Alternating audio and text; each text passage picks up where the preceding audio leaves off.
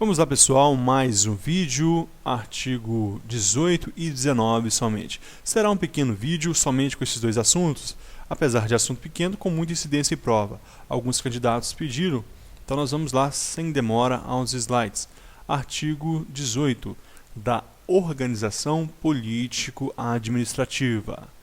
A organização político-administrativa da República Federativa do Brasil compreende a União, os estados, Distrito Federal e os municípios, todos autônomos nos termos dessa Constituição.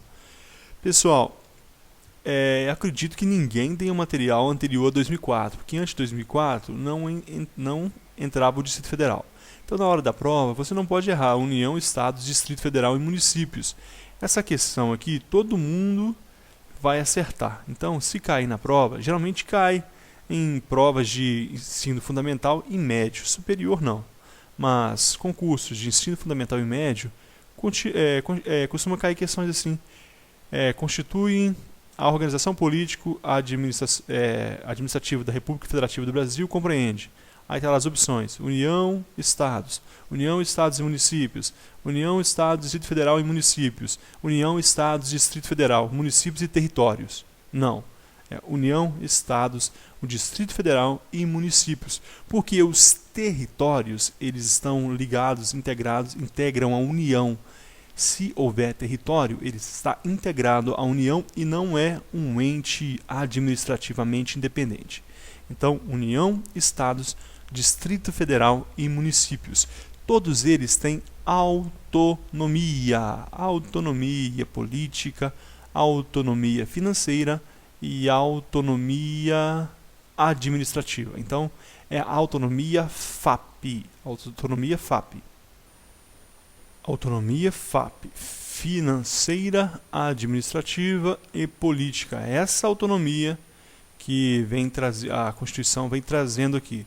Porque se for no caso das autarquias, as autarquias possuem autonomia FAT, não FAP. Financeira, administrativa e técnica. Não tem política, porque política é o ente, a União, se for uma autarquia federal, o Estado, se for uma autarquia estadual. Então, assim as autarquias, as fundações. Agora, os entes da República Federativa do Brasil possuem autonomia FAP, financeira, administrativa e política. Parágrafo 1º. Brasília é a capital federal. Isso aí não tem como errar, né? Pelo amor de Deus. Brasília. Não coloque Distrito Federal. Coloque Brasília é a capital federal. Se cair as opções Brasília, Distrito Federal, você vai colocar Brasília é a capital federal. Assunto que parece bobo, mas na hora da prova tudo se torna difícil. Então não podemos errar essa. Parágrafo 2º. Os territórios federais integram a União. Eu já falei sobre isso. E a sua criação, transformação em Estado ou reintegração ao estado de origem serão regulados em lei complementar. Será feita, portanto, uma lei complementar que vai regular a criação, a transformação ou a reintegração em estado de origem de um território. Nós temos no Brasil exemplos de entes que foram territórios. Por exemplo, Amapá, Roraima eram territórios, hoje são estados membros da federação. Foram territórios, não tinham autonomia. Hoje são estados membros, possuem autonomia. Fernando de Noronha já foi um território. Então, são exemplos de territórios. Eles integram a União, faz parte da União. E lei complementar vai disciplinar a sua criação, modificação ou reintegração ao estado de origem. Parágrafo 3º. Os Estados-membros podem incorporar-se entre si, subdividir-se ou desmembrar-se, para anexarem as outros ou formarem novos estados ou territórios federais. Olha, cuidado, pessoal. Territórios federais. Já houve uma tentativa no Sul de separar o Sul e fazer um novo estado, mas não federal. É um novo país que eles queriam. Então isso não é permitido. Territórios federais, mediante o que? 2 requisitos: a aprovação da população diretamente interessada através de plebiscito. E se cair referendo na hora da prova? Não. Plebiscito. Qual é a diferença mesmo de plebiscito para referendo? Plebiscito é antes do ato se tornar lei. A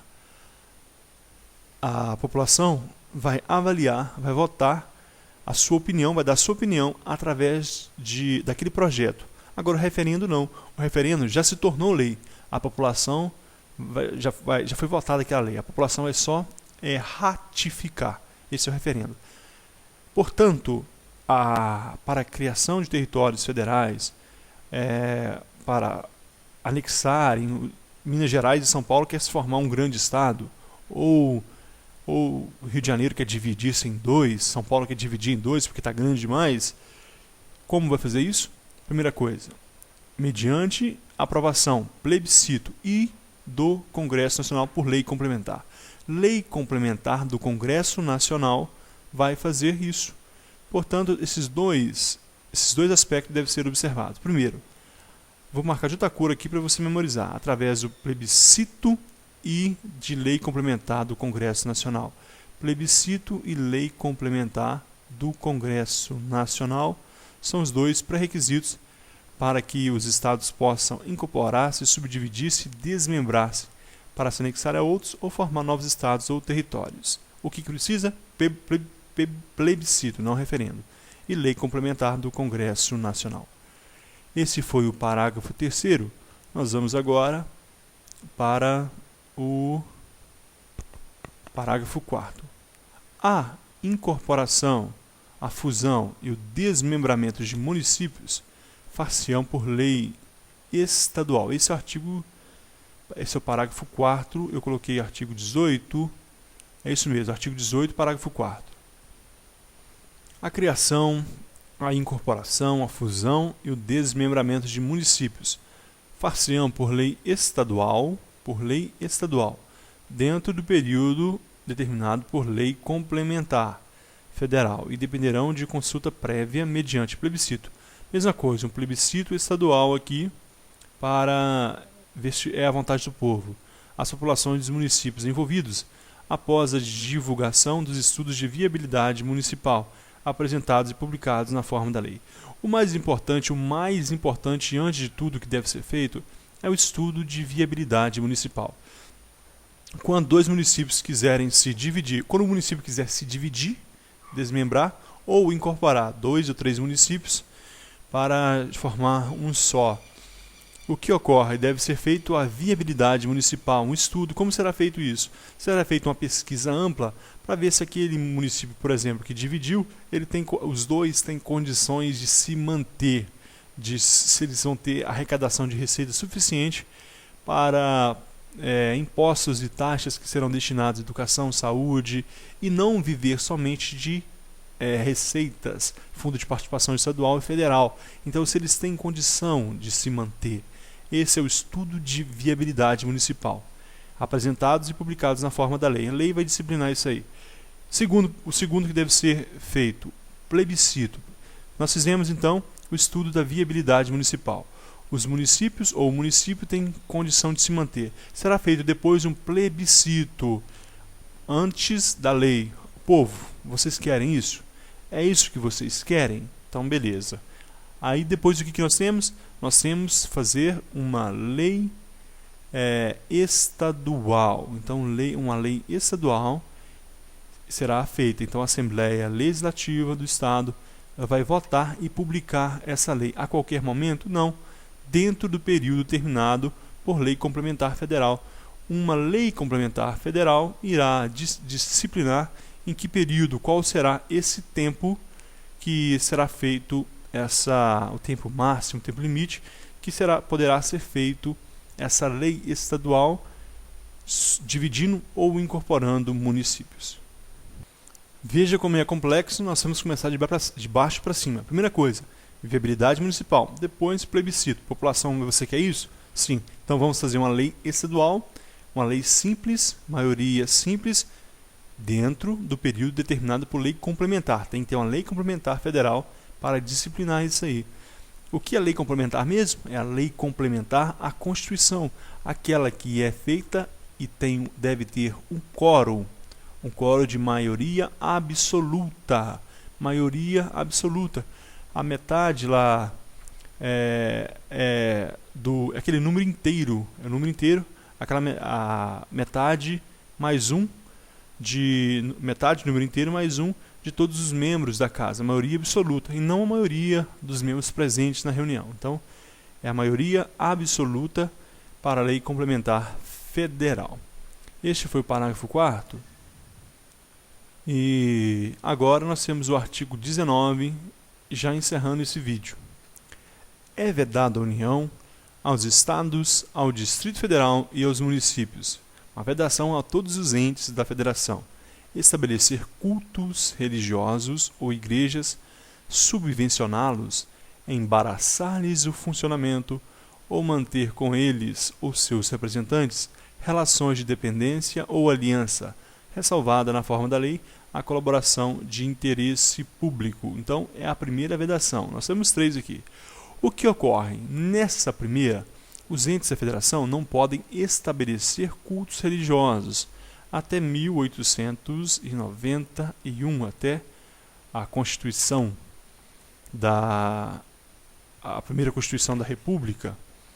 O Brasil não era um Estado laico, ele era um Estado confessional, ele era um Estado católico. Hoje ele é laico, leigo não confessional. Portanto, os entes não podem estabelecer cultos religiosos ou igrejas, subvencioná-las, não pode manter de forma alguma e nem atrapalhar o seu funcionamento. Não pode subvencioná-las, nem embaraçar-lhes, atrapalhar o funcionamento ou manter com eles ou seus representantes relações de dependência ou aliança. Não pode. Ressalvado na forma da lei a colaboração de interesse público. Isso pode. Colaboração de interesse público, por exemplo, vai ter uma missa campal, uma missa no lugar aberto e haverá milhares de pessoas. O poder público pode, até deverá, enviar a polícia para a segurança, pode fornecer funcionários ali para ajudar na limpeza. Isso é colaboração de interesse público, é diferente. 2. É vedado ainda recusar fé a documentos públicos. Não pode. E não importa qual tipo de documento, seja documentos de registros da administração ou seja documentos que vai conceder direito a algum cidadão. Não importa, recusar fé de maneira alguma. E ainda o 3, criar distinções entre brasileiros e preferências entre si. Nesse 3 você deve tomar cuidado, porque a própria Constituição prevê algumas diferenças entre brasileiros natos e naturalizados. Por exemplo, somente o brasileiro nato pode ser presidente da República, oficial das Forças Armadas, a carreira diplomata, ministro da Defesa, entre outras, ministro do Supremo Tribunal Federal. Então, estes cargos, somente brasileiros natos, salvos esses trazidos pela Constituição, é vedado, então, criar distinções entre brasileiros e natos naturalizados. Um prefeito faz um concurso público e ele pede para colocar no edital lá, como critério de desempate, ser brasileiro nato. Não pode haver distinções entre brasileiros e preferências entre si, salvo essas que são trazidas pela própria Constituição. E aqui nós terminamos o artigo 19 e terminamos esse vídeo. Muito obrigado e até o próximo.